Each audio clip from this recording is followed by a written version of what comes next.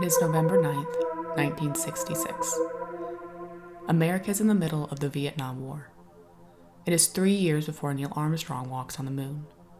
Star Trek debuted 2 months before, and Batman aired with the new year. In Point Pleasant, West Virginia, the weather was getting colder as winter approached the riverside town. Today, the town is home to about 5,000 people. Were you to visit in this decade, over 50 years since the event that put Point Pleasant on the map, you could walk the charming, mysterious streets, passing the historic Low Hotel, the quaint local cafe, the Coffee Grinder, and perhaps, most strikingly, a shining humanoid statue erected in the heart of the town. But on this night, there are no lights from a warm coffee shop.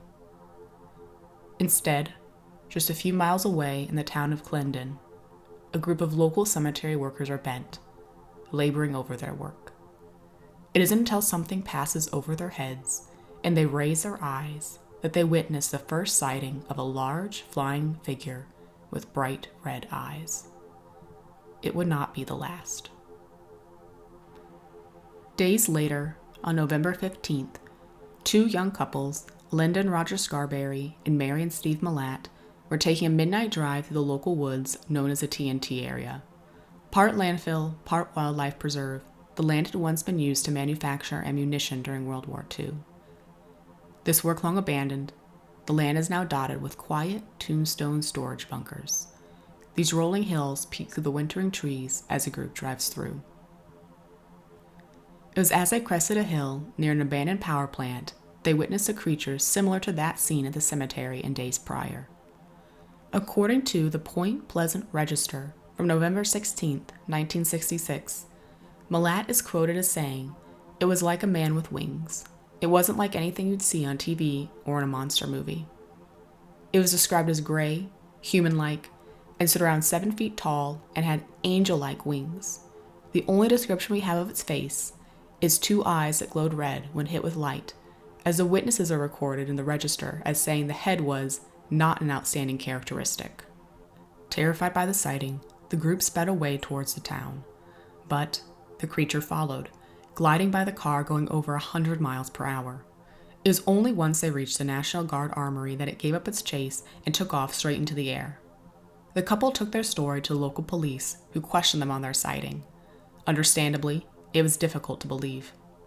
Roger Scarberry is quoted as having said, "If I had seen it while by myself, I wouldn't have said anything, but there were 4 of us who saw it." The next day, the Point Pleasant Register ran the story, "Couples see man-sized bird, creature, something." And with this publication, the creature from West Virginia was introduced to the public. As the story spread, a name was eventually given to the creature, supposedly named after the villain Killer Moth from the newly popular Batman TV show. The monster came to be known as the Mothman. Interest grew, and as it did, so too did the amount of visitors to the small town. One such visitor was John A. Keel, a journalist who focused on the supernatural. He eventually wrote a book you may recognize, The Mothman Prophecies. In it, he detailed the town's residents' apparent precognitions and premonitions which coincided with the Mothman's arrival. This helped support the belief that the Mothman was a type of supernatural creature rather than a misidentified known animal. Additional sightings continued to roll in. In one such sighting, a woman was carrying her child into a friend's house that was located past the abandoned ammunition mounds. On her way up to the house, she was startled by a figure rising up from behind her car. She was able to remain remarkably calm up until she realized what she was looking at. Or rather, she was unable to understand what she was looking at. Horrified, she screamed and ran towards the house, accidentally dropping her daughter in the process. Once the 2 regained composure, they ran up to the front door only to discover the creature was pursuing them, shuffling up onto the porch. By the time the police arrived, it had vanished.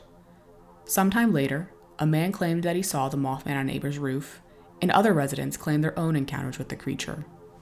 These stories had the town in a vice grip until the next year when a true horror came to the town, the collapse of the Silver Bridge, a disaster that took the lives of 46 people in the cold December of 1967. Since then, the Mothman has taken on a unique status in the town of Point Pleasant. A statue has been planted in the middle of town, and each year the town hosts a Mothman Festival where visitors can take a tour of the TNT area, have Mothman-themed food and beverages, and purchase Mothman souvenirs.